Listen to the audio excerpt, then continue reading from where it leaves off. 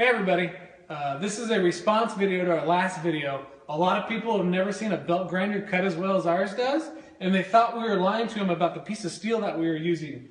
This is a piece of 1/4" steel. A lot of people thought it was aluminum. Here's a piece of aluminum. We'll give the magnetic test. Sticks to the steel. This is 1/4" thick, as you can see. A lot of people thought it was tile too.